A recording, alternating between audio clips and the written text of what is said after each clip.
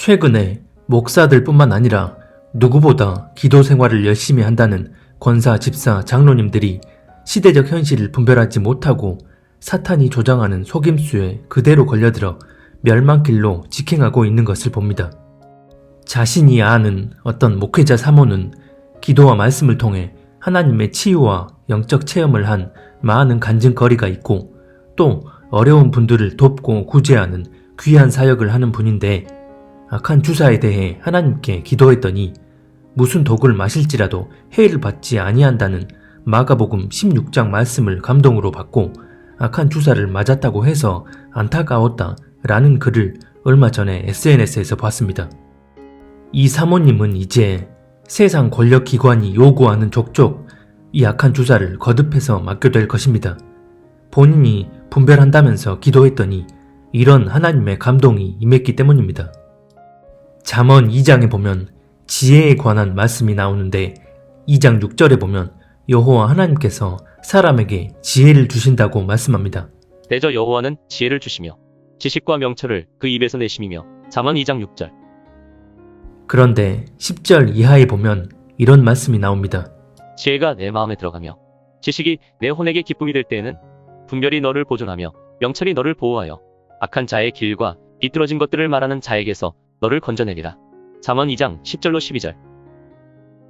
여호와께서 주신 지혜가 마음에 들어오게 되면 악한 자의 길과 비뚤어진 것들을 말하는 자들을 분별하여 잘못된 방향으로 나아가지 않도록 우리를 건져내 주신다는 말씀입니다. 다시 말해 여호와께서 주시는 지혜가 임해야만 우리를 교묘히 속이려는 악한 자들의 기만에 속지 않고 바르게 분별해낼 수 있다는 것입니다. 누가복음 12장에 보면 예수님께서 왜 이 시대를 분별하지 못하느냐고 말씀합니다. 외식하는 자여, 너희가 천지의 기상은 분간할 줄 알면서 어찌 이 시대는 분간하지 못하느냐. 누가복음 12장 56절. 그리고 뒤이어 57절에 보면 어찌하여 옳은 것을 스스로 판단하지 않느냐고 말씀합니다. 예수님의 이 말씀을 받는 대상은 그 자리에 있던 무리들이었지만 더 정확히 말하면 외식하는 자들을 향한 말씀, 즉 외적인 행위는 그럴싸했지만 하나님에 대한 경외함이 없기에 하나님께로부터 분별할 수 있는 지혜를 받지 못한 자들을 향한 말씀이었습니다. 그래서 경건한 모양은 하고 있었지만 중심의 변질로 하나님께 지혜를 받지 못해 시대를 분별하지 못했던 것입니다. 여기서 하나님께 지혜를 받아서 분별한다는 말은 옳고 그름, 선악에 대해 단순히 머리로 분별하고 끝나는 게 아니라 하나님의 뜻에 합당한 행동으로까지 이어지는 것을 의미합니다. 만약 머리로는 바르게 분별하는 것처럼 보이는데 행동은 전혀 다른 방향으로 나아간다면 하나님이 분별의 지혜를 주셔서가 아니라 자기 지식에 기반한 종교적 기준으로 우연히 진리적 기준과 맞아 떨어진 것일 뿐입니다. 시편 111편 10절과 잠언 9장 10절에 보면 여호와를 경외하는 것이 지혜의 근본이라고 말씀합니다. 여호와를 경외하는 자들에게 지혜를 허락하신다는 의미입니다. 여호와 하나님을 경외해야만 하나님께서 친히 분별할 수 있는 지혜를 주시고 이 지혜가 임해야만 우리가 모든 거짓된 것들을 분별하여 하나님 뜻대로 나아갈 수 있다는 것입니다. 시편 25편 12절에도 보면 여호와를 경외하는 자에겐 친히 택하실 길로 그를 가르치신다고 말씀합니다.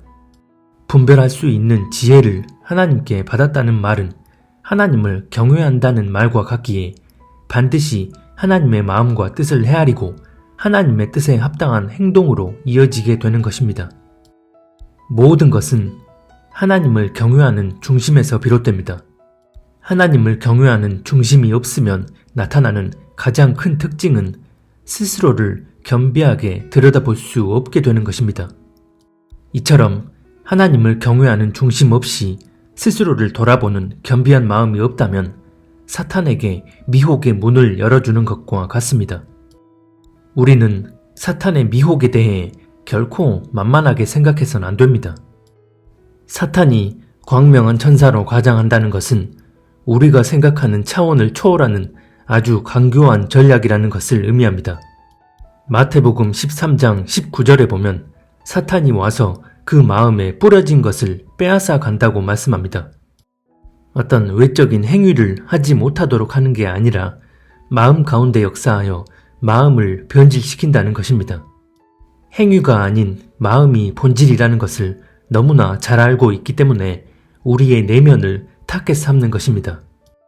그래서 예배소서 4장 27절에 보면 사탄에게 틈을 주지 말라고 말씀합니다. 사탄이 역사할 수 있는 마음의 여지를 허용해서는 안 된다는 것입니다. 만약 내 중심이 온전히 하나님만 경외하며 스스로를 겸비하게 돌아볼 수 있는 중심이 아니라는 것을 간파했다면 사탄은 반드시 그에 맞는 미혹의 덫을 놓고 삼키려 합니다. 내가 하나님께 받은 간증거리가 많고 이런저런 경건한 행위들을 많이 해왔고 그런 상황에서 교묘히 속이는 세상의 가치 흐름에 스스럼 없이 동화되어 있고 또 속해 있는 공동체 역시 그런 상태라고 한다면 오히려 그런 개인적 체험과 행위들이 내 스스로의 내적인 상태를 객관적으로 인지하지 못하게끔 만들어버립니다. 그래서 내가 생각하는 것들이 하나님의 뜻과 다른 방향으로 그 간극이 점점 더 벌어지게 되는데 그런 일은 시대적 차원의 중대한 영적 문제를 맞닥뜨리게 되면 더욱 두드러지게 나타납니다. 이렇게 되면 본인은 분별한다며 하나님께 기도한다 해도 이미 그 중심 자체가 사탄이 역사할 틈을 활짝 열어놓고 있는 것이기 때문에 사탄이 얼마든 광명한 모양으로 역사하여 속이게 됩니다. 이것이 믿는다는 많은 그리스도인들, 특히 하루에 몇 시간씩 꼬박꼬박 기도하고 말씀을 묵상하는 등 종교적 열심이 있지만 지금의 시대적 상황을 인지하지 못하고 분별하지 못하는 이유입니다. 고린도전서 13장에 보면 이런 말씀이 나옵니다. 내가 사람의 방언과 천사의 말을 할지라도 사랑이 없으면 소리나는 구리와 울리는 꽹과리가 되고 내가 예언하는 능력이 있어 모든 비밀과 모든 지식을 알고 또 산을 옮길 만한 모든 믿음이 있을지라도 사랑이 없으면 내가 아무것도 아니요 내가 내게 있는 모든 것으로 구제하고 또 내 몸을 불사르게 내줄지라도 사랑이 없으면 내게 아무 유익이 없느니라. 고린도전서 13장 1절로 3절. 여기서 보면 사랑의 중요성을 강조하고 있는데 4절 이하에 보면 그 사랑이 무엇인지에 대해 구체적으로 말씀합니다. 여기서 말씀하는 사랑이란 하나님의 존재적 속성과 동일한 마음을 의미하는데 이에 대해 요한 1서 4장은 이렇게 말씀합니다. 사랑하지 아니하는 자는 하나님을 알지 못하나니 이는 하나님은 사랑이심이라. 요한 1서 4장 8절. 하나님이 우리를 사랑하시는 사랑을 우리가 알고 믿었노니 하나님은 사랑이시라. 사랑 안에 거하는 자는 하나님 안에 거하고 하나님도 그의 안에 거하시느니라. 요한 1서 4장 16절. 그래서 우리 역시 사랑이신 하나님의 존재적 속성과 동일한 마음을 가지고 있어야 한다는 것이고 이것만이 우리에게 유일한 본질이라는 것입니다. 그런데 여기서 살펴보고자 하는 것은 그런 하나님의 마음을 가지고 있지 않음에도 은사가 나오고 능력이 나오고 이런저런 선한 행위들을 할 수 있다는 것입니다. 다시 말해 하나님의 마음과 합치되지 않은 그런 마음 상태인데도 외적으로는 얼마든 능력과 은사, 행위들이 나타날 수 있음을 암시하고 있다는 것입니다. 이를 그대로 증명하는 부분이 마태복음 7장에 보면 나옵니다. 마태복음 7장 22절 이하에 보면 많은 그리스도인들이 주님 앞에 서서 자신이 주의 이름으로 선지자 노릇하고 주의 이름으로 귀신을 쫓아내고 주의 이름으로 많은 권능을 행했다고 항변하는데 주님은 그런 그들을 불법자로 판결하시고 지옥으로 보내십니다. 왜 그럴까요? 하나님과 온전한 관계 안에 있다는 것은 삶 자체를 하나님과 동행한다는 것을 의미하기에 개인적 차원뿐만 아니라 모든 차원의 영역에 있어서 하나님과 같은 마음으로 나아가는 것입니다. 그래서 내가 개인적 차원에서 하나님과 온전한 관계 안에 있다는 것을 보증해 주는 듯한 이런저런 많은 일을 체험하고 또 경건한 모양의 행위들을 많이 했다 해도 정말 하나님을 경외하는 사람이라면 그런 행위나 체험을 1%도 반영하지 않고 늘 자기 자신을 냉정하고 객관적으로 들여다보게 됩니다. 그런 사람은 자신이 하는 사역에만 매달리지 않고 특정인을 무조건적으로 따라가지 않고 세상의 대세적 흐름에 결코 동화되지 않고 무엇보다 자기 생각과 지식, 감정 등을 함부로 기준 삼지 않고 오로지 하나님 한 분께만 모든 초점을 맞춥니다. 어떤 문제를 분별해야 할 때 특히 그 문제가 개인적 차원을 넘어선 시대적 차원의 중요한 영적 문제라면 단순히 하나님께 나아가 직접적으로 묻고 구하는 행위를 하기 이전에 삶 자체가 하나님의 뜻에 전적으로 동참하고자 하는 존재적 합일이 이루어진 상태여야 합니다. 내 중심이 하나님의 마음과 온전히 합한 상태로 삶 자체를 하나님과 동행하며 살고 있어야 한다는 것입니다. 이런 상태에 있다면 굳이 내가 하나님께 나아가 분별을 구하려는 행위를 하지 않아도 하나님이 먼저 우리 마음 가운데 좌정하여 인도해 주시기 때문에 그 문제를 제대로 분별할 수 있는 정보나 자료들을 보고 듣고 접하게 하심으로 우리 스스로 어렵지 않게 마음을 확정할 수 있게 됩니다. 그래서 가장 본질은 하나님의 뜻에 전적으로 동참하려는 존재적 합일의 상태에 있느냐의 여부입니다. 하나님과의 존재적 합일의 상태란 하나님을 경외함으로 자기 스스로를 겸비하게 들여다볼 수 있는 마음으로 살아가는 것입니다. 간단히 예를 들어보면 어떤 상황을 마주했을 때 순간적으로 내 감정이 앞서려고 하는데 하나님이 그걸 원치 않으신다는 것을 의식하여 마음을 가다듬고 차분히 행동하고자 하는 상황이 그러하고 또 판단이 필요한 어떤 문제를 마주했을 때 나는 개인적으로 그렇게 생각되지 않는데 이런 내 생각이 하나님 보시기에 어떠한지 몰라서 내 생각을 먼저 살피고 점검하려고 하는 상황이 그렇습니다. 어떤 특정한 상황과 문제에서만 그러는 게 아니라 삶의 모든 상황과 문제 앞에서 이런 중심에 기반한 태도가 나온다면 하나님께서는 그 사람에겐 반드시 그에 맞는 지혜, 즉 분별력을 더해 주시기에 바르게 이해하고 분별해서 하나님 뜻대로 행동할 수 있게 되는 것입니다. 하지만 삶 가운데 하나님과의 이런 존재적 합일이 없는 상태에서 방언 기도를 하루에 2시간씩 하고 말씀을 하루에 100장씩 읽는 외적인 행위에만 열심을 기울인다면 그런 행위들이 오히려 도구로 작용하게 됩니다. 그래서 그렇게 기도 많이 하고 말씀 묵상 많이 하신다는 목사, 장로, 권사, 집사님들이 지금 전 세계적으로 자행되고 있는 악한 주사의 실체에 관해 마음만 먹으면 얼마든 찾아볼 수 있고 확인해 볼 수 있음에도 분별하지 못하는 이유는 하나님이 지혜를 주시지 않았기 때문이지만 더 근본적으로 따지면 애초에 하나님을 경외하고 스스로를 돌아보려는 중심이 없어서입니다. 그래서 누군가가 그 실체에 대한 근거 자료를 보여주고 얘기해줘도 겸비한 마음으로 확인해 보려 하지도 않고 자기 생각만을 고집하면서 눈과 귀를 처음부터 닫아버립니다. 즉, 상황과 문제 앞에서 하나님을 경외하고 스스로를 겸비하게 돌아보는 마음이 전제되어 있지 않다는 것을 본인 스스로 증명해 보이고 있는 것입니다. 그러면서 본인 스스로가 분별의 명목으로 기도하게 된다면 사탄이 광명한 천사로 가장해 낚으려고 하지 하나님이 역사해 주지 않으시는 것입니다. 여기서 악한 주사에 대해 조금 더 얘기해 보자면 최근 들어 이 악한 주사를 맞는 문제를 자꾸만 육적인 관점에 의한 이분법적 사고로 판단하는 분들이 많습니다. 악한 주사 맞으면 지옥, 안 맞으면 천국이라는 행위적 프레임을 오히려 자신들이 적용시켜서 이 악한 주사 맞는 문제를 구원과 연결시키면 안 된다는 것입니다. 행위적 관점으로만 보게 되면 이 악한 주사를 맞는 문제는 영락없이 십자가 복음과 전혀 상관없어 보이기에 구원과 연관 짓는 건 말이 안 되게 보일 수 있습니다. 물론 행위적으로 악한 주사를 한 번만 맞아도 무조건 구원을 잃어버린다는 주장은 자기 종교적 기준에 의한 극단적인 주장에 가깝습니다. 이 부분에 대해선 다음 영상에서 더 자세히 말씀드리도록 하겠습니다. 하지만 악한 주사를 한 번만 맞아도 구원을 잃어버리냐 아니냐가 아니라 악한 주사를 맞는 문제는 그 자체로 행위적인 문제 이전에 우리 내면의 중심에서 비롯되는 본질적인 문제입니다. 왜냐하면 지금의 악한 주사는 계시록의 짐승 마크로 매우 유력하기 때문입니다. 그래서 이것은 단순한 행위 이전에 우리 중심의 온전함 여부가 그대로 드러나는 시대적 차원의 중요한 문제입니다.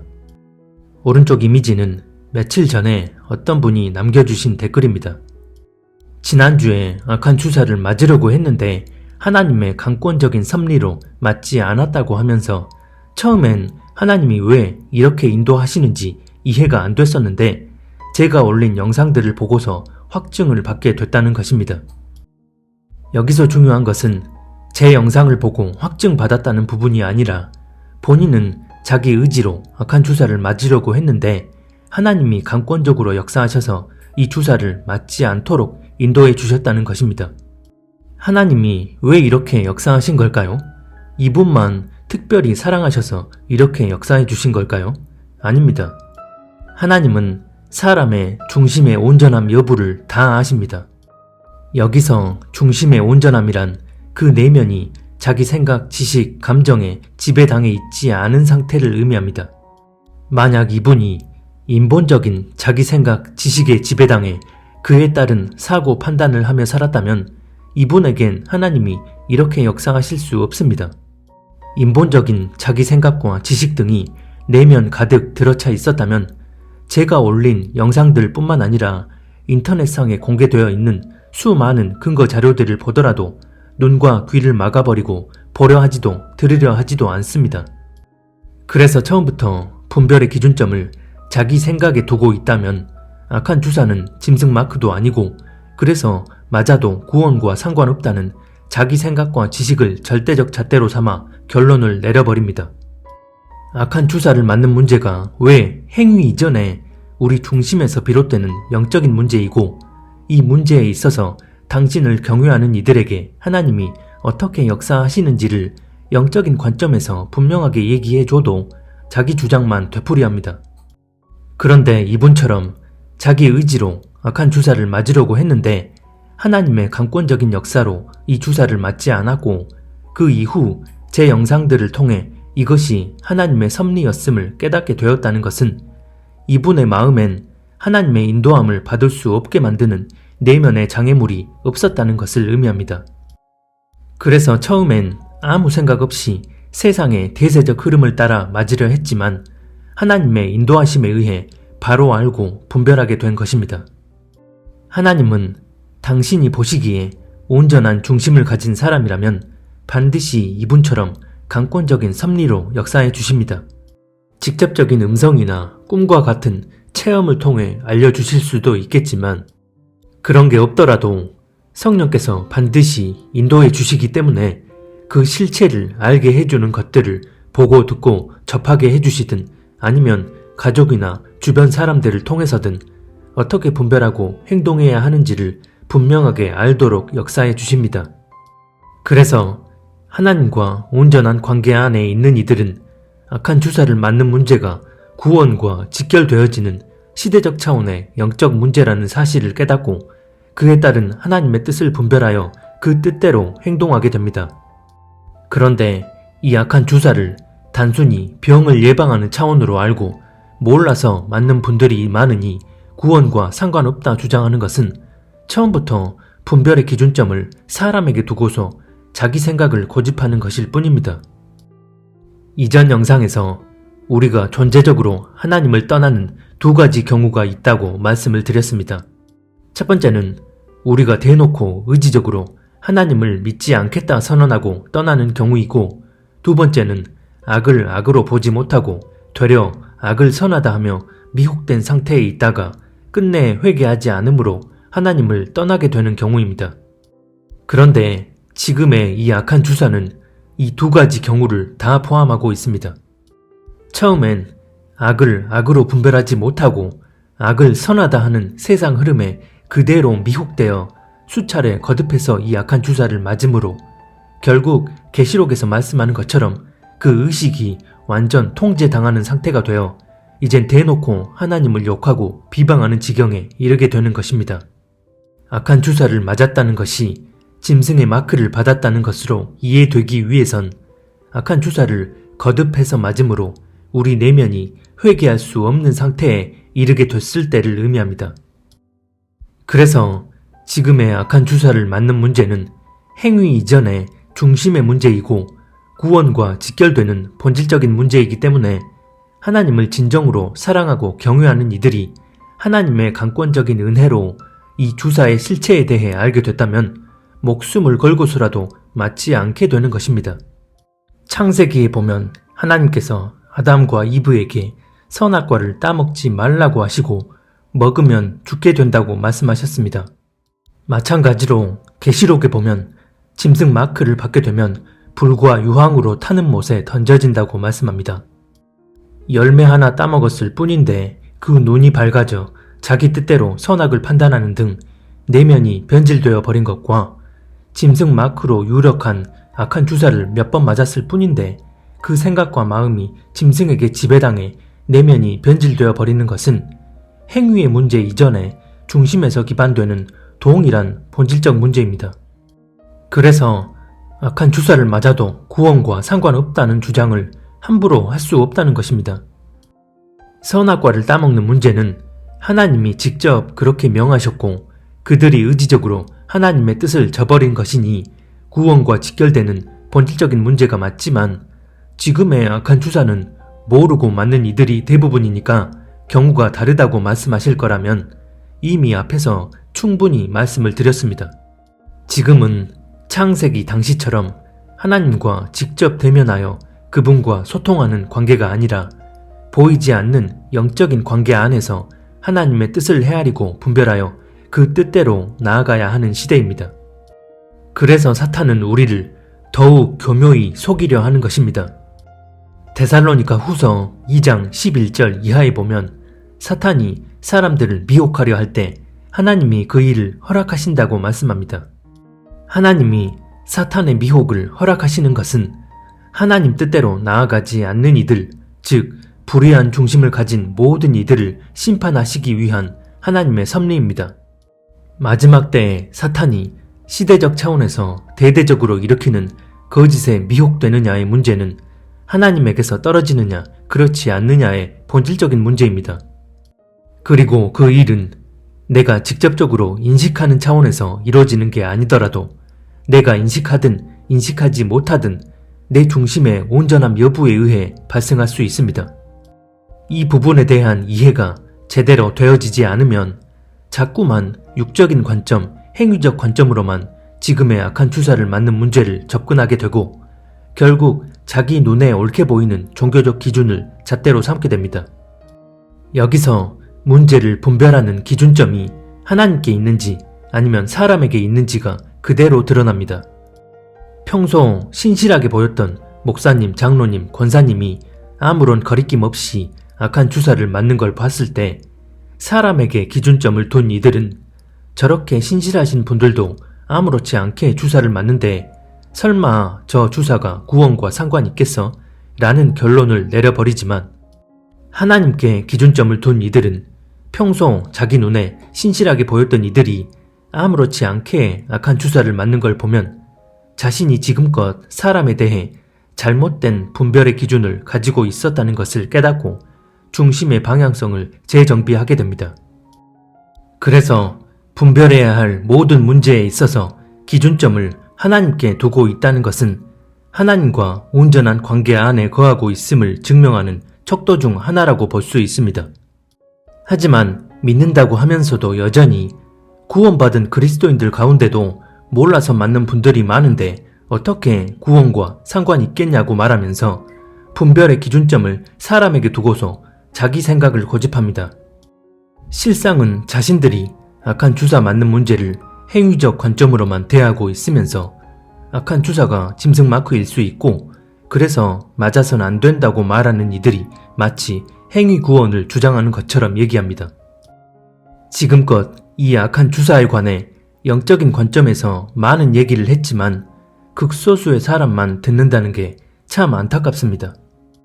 좌로나 우로나 치우치지 않는 믿음의 균형은 내 생각과 지식에 기반한 모든 종교적 기준을 내려놓는 것에서 시작됩니다. 그렇지 않으면 자기 생각에 기반한 옳고 그름의 종교적 잣대로 신앙적 균형을 스스로 유지하려 합니다. 대표적으로 악한 주사에 관해서 이 주사엔 이런저런 부작용들이 있으니 맞는 걸 신중히 선택해야 한다. 하지만 주사를 맞아도 구원과는 아무런 상관이 없다. 구원은 어떤 행동에 의해 좌지우지 되는 게 아니다. 라고 주장합니다.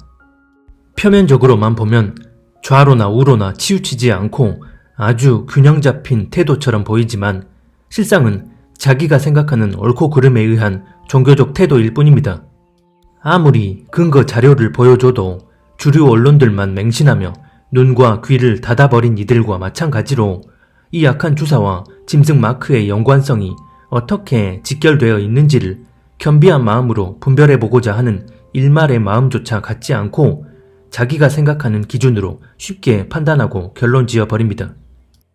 이제는 이런 어중간한 스탠스를 취하며 사람들에게 미혹의 문을 여는 사역자나 메신저들을 철저히 멀리해야 합니다. 하나님이 역사하시는 방식과 경로는 우리 생각의 범위를 초월합니다. 그래서 하나님께 직접 나아가 묻고 구했을 때 내적 음성이나 마음의 감동처럼 우리가 바라는 방식으로 역사해 주실 때도 있지만 앞서 얘기한 것처럼 아주 자연스럽게 역사해 주셔서 우리 마음을 확정할 수 있도록 인도해 주시는 경우가 더 많습니다. 물론 삶 가운데 하나님과의 이런 존재적 합일의 관계가 제대로 이루어지지 않는 상태인데도 하나님의 역사하심 여부와 상관없이 자기 뜻대로 마음을 확정해버리고 잘못된 확신을 갖는 경우도 있습니다. 그래서 중심의 온전함이 전제되어 있는지의 여부가 중요합니다. 중심의 온전함이 전제되지 않은 상태인데도 분별한답시고 하나님께 묻고 구해서 어떤 감동이 오거나 음성이 들리면 그걸 무조건 하나님의 음성으로 받아들여 버립니다. 이렇게 되면 미혹의 문을 활짝 열어 제끼는 것과 같습니다. 복잡하게 생각할 것 없이 하나님과의 존재적 합일의 상태, 즉 하나님을 경외하고 스스로를 겸비하게 돌아보는 중심으로 하나님과 온전한 관계 안에 있느냐, 이거 하나면 됩니다. 이런 내면의 상태에서 분별하기 위해 주님 앞에 나아갔을 때 직접적인 음성이나 감동을 통해 바르게 분별할 수 있도록 역사해 주실 수도 있고 아니면 실제 그 문제를 바르게 분별할 수 있게 해주는 현실적 요소들을 보고 듣고 접하게 해주심으로 마음을 확정할 수 있게 되는 것입니다. 그래서 직접적인 음성이나 마음의 감동이 없더라도 주님께서 자연스럽게 우리 마음 가운데 좌정하셔서 마음을 인도해 주시기 때문에 전혀 혼란스럽지 않게 문제에 대한 마음의 태도를 확정할 수 있게 됩니다. 이 모든 것들은 어디까지나 내가 하나님과의 존재적 합일의 상태에 있을 때입니다. 그렇지 않으면 분별한다면서 하나님에게 나아갔을 때 실상은 사탄이 역사하여 속이는 것임에도 그냥 아멘하고 넙죽 받아들이게 됩니다. 이런 일은 하나님과의 존재적 합일이 이루어지지 않은 상태에서 일어나는 아주 흔한 일입니다. 하나님의 아들이신 예수님을 시험할 때도 기록된 말씀을 가지고 장난치려 했던 놈인데 하물며 중심의 불의함으로 분별력 없는 인간을 넘어뜨리려 할 때 기록된 말씀을 가지고 속이려 하는 일은 전혀 이상하지 않은 일입니다. 그래서 지금 악한 주사에 관해서도 많은 기독교인들이 분별의 명목으로 하나님께 나아가 기도했더니 이 사람은 이런 말씀을, 저 사람은 저런 말씀을 받았다면서 서로 엇갈린 주장들을 하는 이유는 하나님이 다중인격을 가지고 계셔서 다른 말씀을 하시는 게 아니라 어느 한쪽은 철저히 사탄의 속임수에 놀아나고 있다는 말입니다. 자신의 상태를 인지하지 못한 채 자기가 생각하는 방식으로 나아가 답을 얻길 구하지만 실상은 처음부터 하나님의 답을 얻을 만한 중심의 상태가 아니고 오히려 사탄이 합법적으로 틈타게 만드는 중심의 상태였기에 광명한 모양을 가장한 사탄의 미혹에 그대로 걸려드는 것입니다. 마지막 때 그리스도인들이 가장 내려놓기 힘든 종교적 프레임은 바로 종교 행위와 교회 공동체에 관한 부분입니다. 주님을 위한 이런저런 외적인 종교 행위가 많이 있어야 구원받을 수 있다는 의식과 반드시 교회 공동체에 속해서 신앙생활을 해야 구원받을 수 있다는 의식입니다. 만약 이런 종교적 프레임에서 빠져나오지 못한다면 지금의 시대적 차원의 문제에 있어서 사탄이 쳐놓은 미혹의 덫에 그대로 걸려들게 될 것입니다. 실제로 주님을 위해 이런저런 일을 한다는 많은 이들이 본질은 제껴버리고 그 일 자체에 매여서 미혹으로 내달리고 있고, 또 배도한 교회에서 구별되려 하지 않고 공동체에 자기 영혼 육을 다 내맡겨 버림으로 지금의 시대적 상황을 분별하지 못하고 다 함께 구덩이에 빠져 들어가 버립니다. 만약 지금의 시대적 상황을 분별하지 못하고 미혹의 덫에 걸려드는 이유가 공동체에 속한 신앙생활을 하지 않아서, 봉사, 구제를 많이 하지 않아서, 헌금, 11조를 많이 하지 않아서, 하루에 정해놓고 기도를 많이 하지 않아서, 말씀 묵상을 많이 하지 않아서, 또는 기적과 이적을 많이 체험하지 못해서 기도 응답을 받은 간증거리가 많지 않아서라면, 초반에 얘기했던 교회 사모님 같은 경우는 절대 미혹되지 않아야만 합니다. 하지만 그렇지 않다는 것은 이런 것이 본질이 될 수 없음을 증명하는 것입니다. 하나님을 사랑하고 경외하는 마음으로 스스로를 겸비하게 들여다보며 하나님과 존재적 합일이 이루어진 삶을 사는 것, 이 본질이 전제되어 있어야만 예언된 마지막 환란의 시대 가운데 미혹의 덫에 걸려들지 않고 믿음으로 돌파해 나갈 수 있습니다. 그래서 직접적인 하나님의 음성을 듣고 분별하려고 하기 이전에 자신이 정말 하나님을 경외함으로 스스로의 상태를 겸비하게 들여다보는 중심이 있는지를 먼저 점검하고, 회개할 것들을 철저히 하나님 앞에 회개함으로 중심을 바로 세우는 일이 선행되어야 합니다. 그런 본질적 기반이 중심에 깔려있지 않으면 아무리 분별을 구한다며 기도한다 한들 광명하게 위장한 사탄의 속삭임에 낚일 뿐입니다. 애초에 하나님을 향한 경외함이 없고 스스로를 돌아볼 수 있는 겸비한 마음 자세가 결여된 상태에서 주류 언론을 맹신하는 등 세상의 대세적 흐름에 뼛속 깊이 동화되어 있고, 거기에 더해 자신이 속한 공동체가 미혹을 조장하는 방향으로 나아간다면 하나님의 은혜가 임할 통로를 막아놓고 있다는 말과 같습니다. 이제는 우리의 행실에 대해 하나님께서 보응하실 시간이 거의 다 되었습니다. 요한계시록 22장에 보면 이런 말씀이 나옵니다. 불의를 행하는 자는 그대로 불의를 행하고, 더러운 자는 그대로 더럽고, 의로운 자는 그대로 의를 행하고, 거룩한 자는 그대로 거룩하게 하라. 보라, 내가 속히 오리니 내가 줄 상이 내게 있어. 각 사람에게 그가 행한 대로 갚아주리라. 요한계시록 22장 11-12절. 이 말씀이 환란이 끝난 이후 계시록 마지막 장에 기록되었다는 것은 이 말씀이 적용되는 타임라인 자체가 환란이 임박한 시점부터 환란에 들어간 이후의 시점까지를 의미한다고 볼 수 있습니다. 이처럼 성경은 분명하게 말씀합니다. 마지막이 가까우면 가까울수록 하나님의 은혜 안에 거하게 될 사람과 그렇지 못할 사람이 극명하게 나누어지게 될 거란 것을.